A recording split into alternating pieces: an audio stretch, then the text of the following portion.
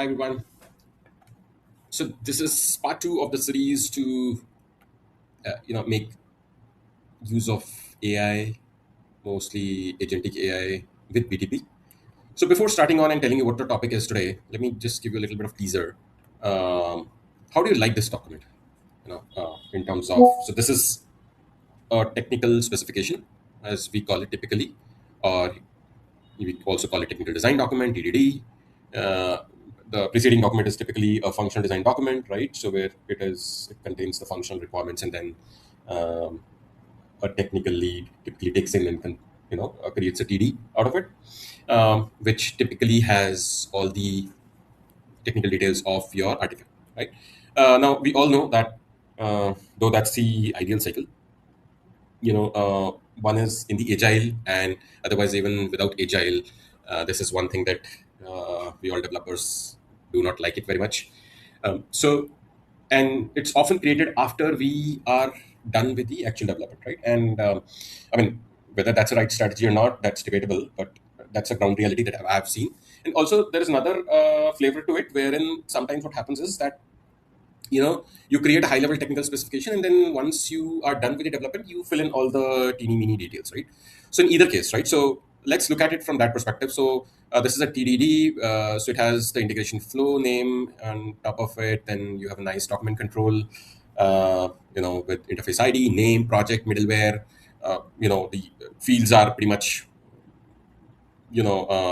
sometimes very specific to a particular project or a client, right? But more or less the sections you will find in most of them.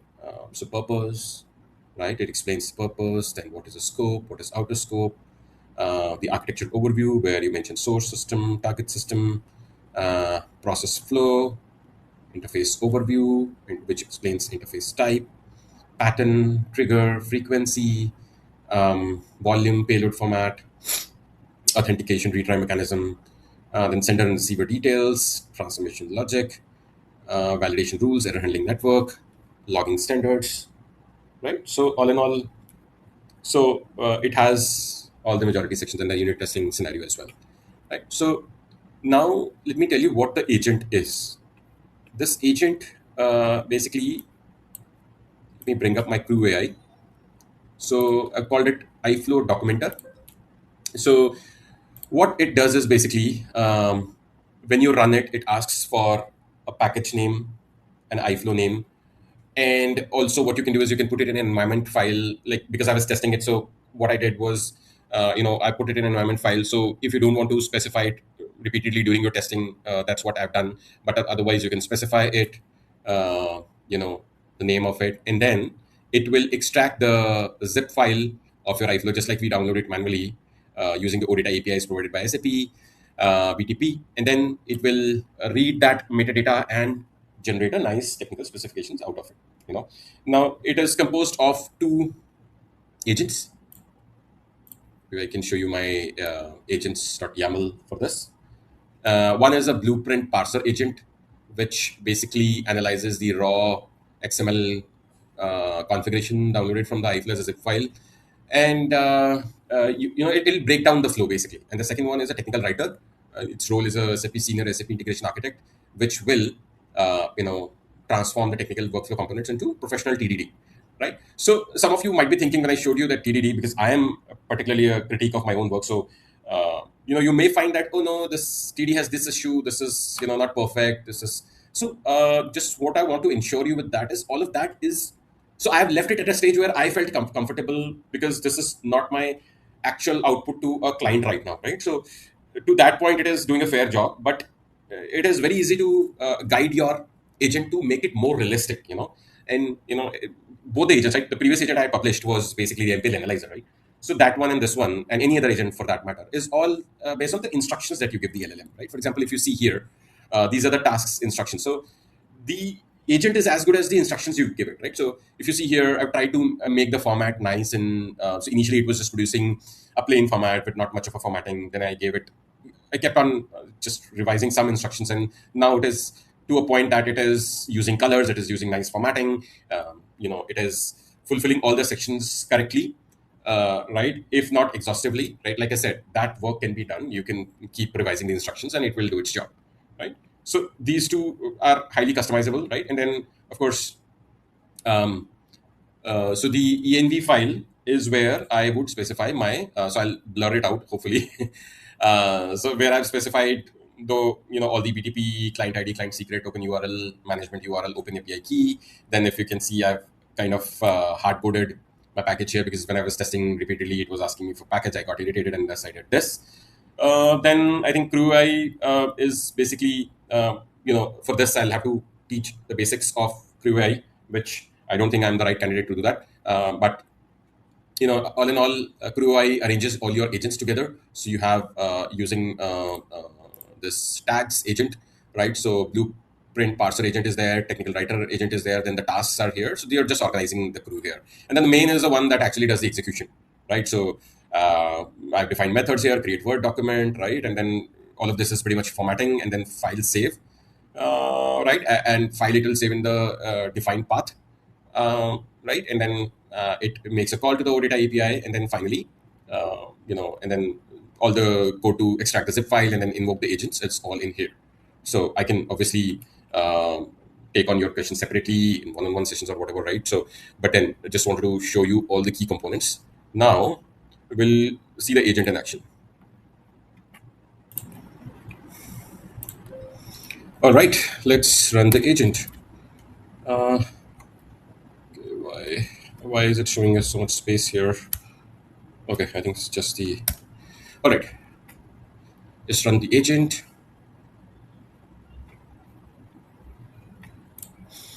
Okay, sorry, I had to pause the video. So this is running the crew, system initialization, BTP credential verification, authentication with SAP BTP tenant token server, BTP connection successful. So all of that is actually, how we have given the instructions in agent and tasks. And so if you can see, it is using the package and Iflow ID from my environment file, which I had shown you. And so one of the things that I had fine-tuned earlier was, initially what it was doing is it was asking for all the things, Iflow ID package and everything, and then was connecting, and it sometimes was failing because of some reason. Then what I did was I fine-tuned it to first validate if the credentials are present in the environment file, and then make a connection. Only when the connection is established, then start the package ID, then ask for the package ID and Iflow ID. I know it is not asking now, but the flow is still the same, that it will use the package ID and the Iflow ID only after a successful connection. Okay, now as you can see, the first agent, which is the parser agent, follows the task instructions, wherein analyze the following raw SAP integration suite configuration data, right? It extracted the XML data, right? And so this is all the XML data from the zip file. And then the technical details are extracted. And then this is what you see final answer is actually, the way the LLM works is it does the first round and then, evaluates, kind of redos, checks, and then comes up with the final answer in the way that we have specified it. So it is in a raw format, basically extracting all the information. And then the second agent started, which is the integration architect. It repeats the instructions that we've given it, and then it is putting down the required format, basically repeating your instructions. And then the final answer, it is just putting everything together in a nice format. Then obviously this is the trace on how it gets executed.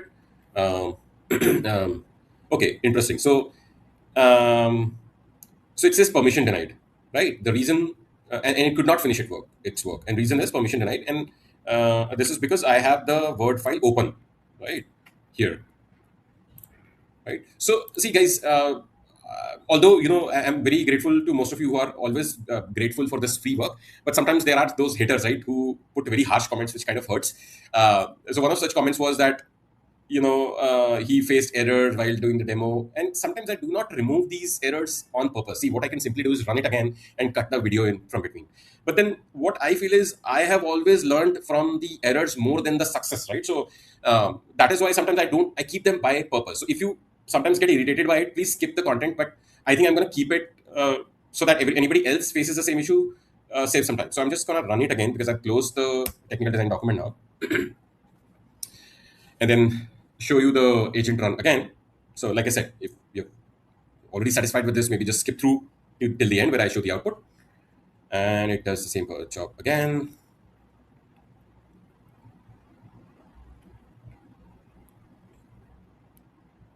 All right, it's running. Still on. It's on agent 2, so I think about to finish now. It'll give you a final answer.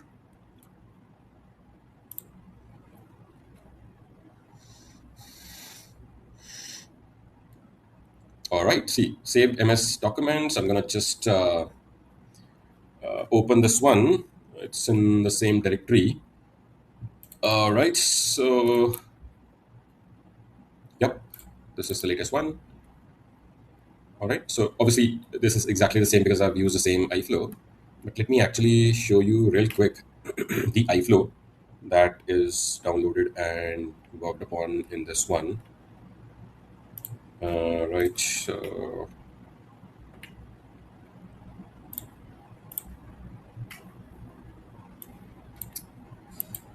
all right, as you can see, there's only one package.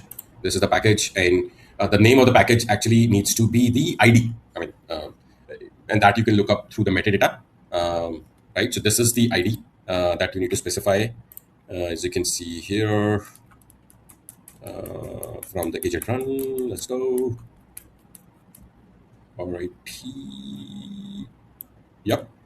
Okay. So package ID and iFlow ID, just pay attention to this. Right. So this is the package ID, and the iFlow ID is this one, right? Original boundary range. So the name that is specified here is in the is basically the ID, right, which you can look up through the metadata. All right. So